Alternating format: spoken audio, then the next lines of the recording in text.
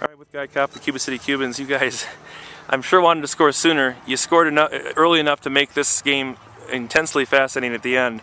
What did you have to do to finally get on the scoreboard, and did you figure that maybe perhaps your time had come and gone?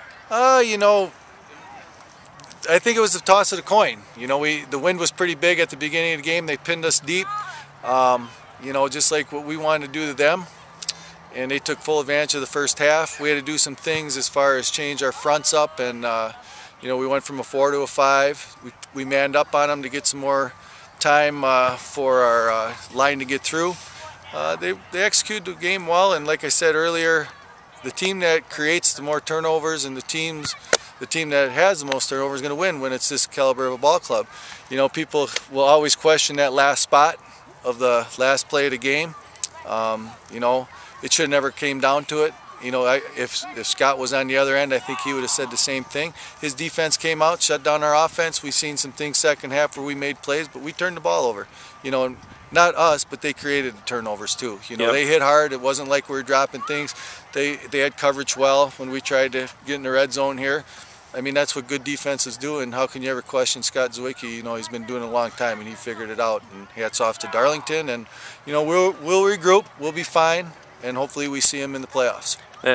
Big interception in the first half was the one unforced error, you know, that they really made the good play on, and it couldn't have been at a better time for them. Outside linebacker dropped. Our quarterback, basically, I said he lofted it up there, used the 9-iron when he should have used a driver to try to get it through there. He left it up there, you know. So, you know, you're dealing with 15, 16, 17-year-old kids.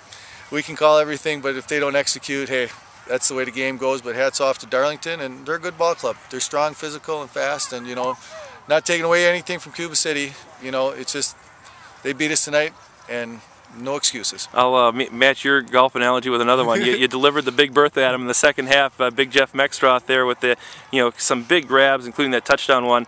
And I think you kind of had everybody set up to try to throw the jump ball to him again at the end. But then you kind of surprised people, and it almost worked. Right. You know, we were, and we knew.